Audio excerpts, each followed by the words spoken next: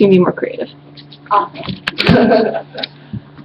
Alright, here we go. Whenever you're ready, Aaron. Let me get this going. There we go. Alright, I'm Aaron Rodriguez. This is Com 110, my persuasive speech. So one day I was scrolling through Facebook and I came upon this article that said, "The Wake I Leave Behind Me." So I clicked on it, and it's by Curtis Wang on searchforhappy.com. And I figured it was going to be a senior telling his story about leaving Wake Forest and telling some happy stories. And instead, it was a tale of his dismissal from Wake Forest for his issues with depression. And upon further research, I've concluded that the university lacks the resources to help students with depression. It causes them undue financial and psychological burden. And the solution to this problem is to invest in more long-term counselors. At Wake Forest, students pay $60,000 a year, and any more money than that is obscene. And because of the counseling center's insistence on bi- or tri-weekly sessions and a cap of 12 sessions per academic year, some students just can't get the help that they need. So there are two financial scenarios though. Scenario one is you stay in school and you pay for outside counseling. According to Psychology Today, numbers from 2014, it costs between $50 and $150 per session to have an outside counseling session in Winston-Salem. If you add gas expense and you multiply it by 16 bi-weekly visits over the course of the year, it can add up to between $1,000 and $3,000. And then for 4 years, that goes between $3,500 and $10,000. Or you can take an extended leave of absence and try to fix it that way. And if you do that, you can lose your financial aid because financial aid doesn't work past 8 semesters. So then you have to pay for the cost of the semester full, which according to the Wake Information Network in 2015 would cost $32,270. And while the financial implications of this are horrible, the psychological impact could actually be worse. This is a picture of the Johari window, which is the four quadrants of knowledge, and the blind square represents things that the self knows that other people don't. And when you can't share that with somebody and you can't disclose it, then it causes a lot of stress on the body, according to a primer of communications, which was published in 2012. And the impacts of stress on your body include anxiety, you can have asthma, stomach ulcers, frequent muscle pain, a rise in blood pressure. All of this is according to Himabindu Venkatakrishnan on medindia.com.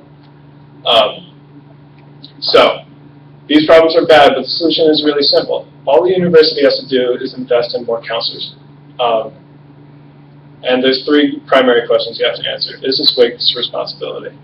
Our motto on campus is Pro Humanitate, which means for humanity. If we're going to preach that we're all about helping people, we need to help people on our own campus. Second question is, well, how do we pay for this?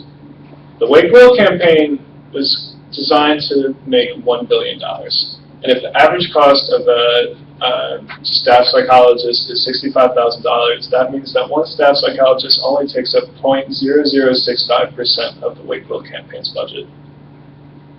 And the other counter-argument is this that big a problem? According to the National Mental Institute, in 2011, 30% of college students have felt so depressed that they're unable to function at some point in the year. 30% times 6,000 is 1,800 students on our campus. There are only 5 counselors on Wake Forest campus, which means there would be 360 students per counselor. That's not a good ratio. You're not going to get personalized attention that way. You're not going to get help that way. So it is a big deal. Plus, even on a micro level, anytime, depression's a serious thing. And if you can't mess around with that. It's a really formative time for people, especially in college. So to say it's not a big deal, it could be 1,800 people, it could be 18 people, but it still matters. They got to get the resources that they need. So, even though there's big problems, and the solution is pretty simple, okay? The problems are there's a lack of counselors. There's only 5 for 6,000 students. It causes financial strain. I already laid out the 2 scenarios where you either pay $3,000 per year or $132,000 payment, and it causes psychological strain because they're not able to disclose things that they're feeling, and it causes a lot of stress on them. The solution is we have to hire more counselors. We can do this with the money from the Wake Will campaign because we pledge to help people. So Wake's mission statement is to help students become better personally, morally, and spiritually. However, according to Curtis Wank's testimony, he went to the administration looking for help, and he felt abandoned and alone. I can't imagine personally what it would be like if when I dealt with this, I wouldn't be able to talk to anybody about it. People need the resources to get better. This is not something you mess around with, and it really just starts with investing in more counselors.